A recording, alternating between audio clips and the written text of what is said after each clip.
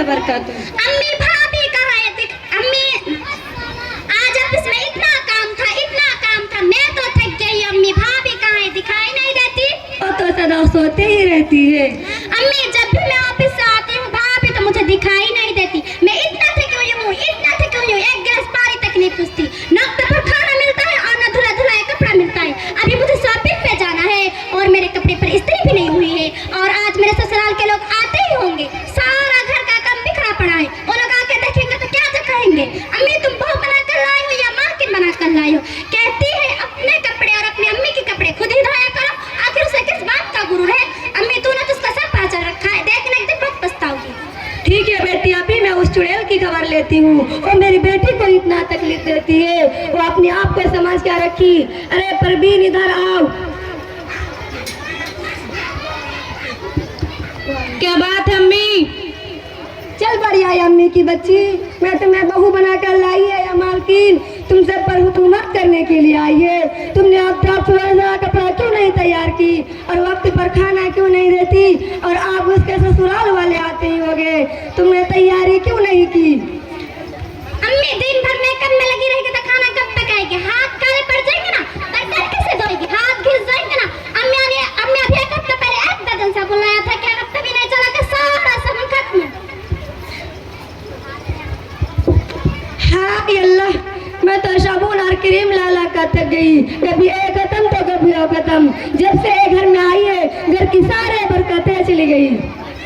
एक गलत बात है अम्मी, मैं तो वक्त पर खाना भी देती हूँ और कपड़े भी बराबर धोती हूँ। रात में देर तक काम करने की वजह से फिरोजा के बिस्तर में सो गई हूँ। तो शिकायत कर रही थी अम्मी अभी मेहमान आने को तो काफी टाइम है, उनके आने से पहले हमारा सारा काम हो जाएगा। और अगर कुछ काम रहे तो आप लोगों को भी हाथ बटाना चाहिए। अकेला मैं कितना काम कर सकती हूँ? और रही बात साबुन और क्रीम की तो वो तुम्हारा बेटा खुद ही कहते हैं कि जरा बंधन के रहा करो। अकेला मैं थोड़ी इस्तेमाल करती हूँ, आप और आपकी बेटी भी तो इस्तेमाल करती है। अरे मनहूस, तू कौन होती है मेरी बेटी के बारे में कहने वाली? तेरा बाप ला कर देता है क्या?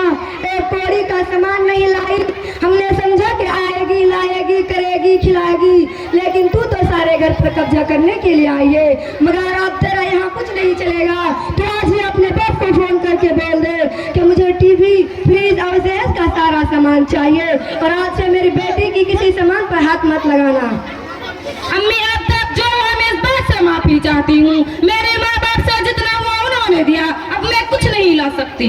तू क्या लाई भिखारी? अगर एक महीने के अंदर कोई सामान नहीं लाई तो देख मैं तुझे क्या करूंगी। आने तो मेरे बेटे को, मैं तुझे आज ही घर से निकाल दूंगी। चल भाग यहाँ से।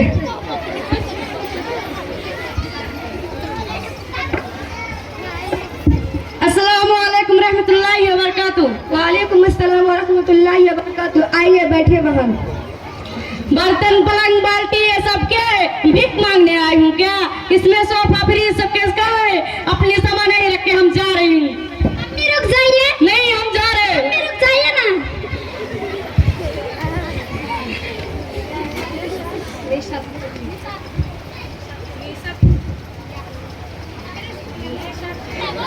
अस्सलाम वालेकुम सलाम रहमतुल्लाहि व बरकातुहू। अरे आप लोग यहाँ क्या दंगा फसाद कर रहे हैं? देखिए ना आपा, अभी कितना वादा खिलाफी हो रही है। शादी से 1 साल पहले तो कह रही थी जेज का सारा सामान दूंगी और अब टाल और मटल कर रही है। देखो आपा कि हमने सब सेहत की रस्म वगैरह निकल रखी है। शादी में हमको लड़की मिल जाए यही काफी है। आखिर आपकी भी तो बेटी है, कल उसके ससुराल वाले ऐसे मुतालबा करेंगे तो फिर आप क्या करेंगे? अगर यही सिलसिला चलता रहा तो दुनिया तकलीफों से भर जाएगी और ससुराल में किसी को आराम नहीं मिलेगा।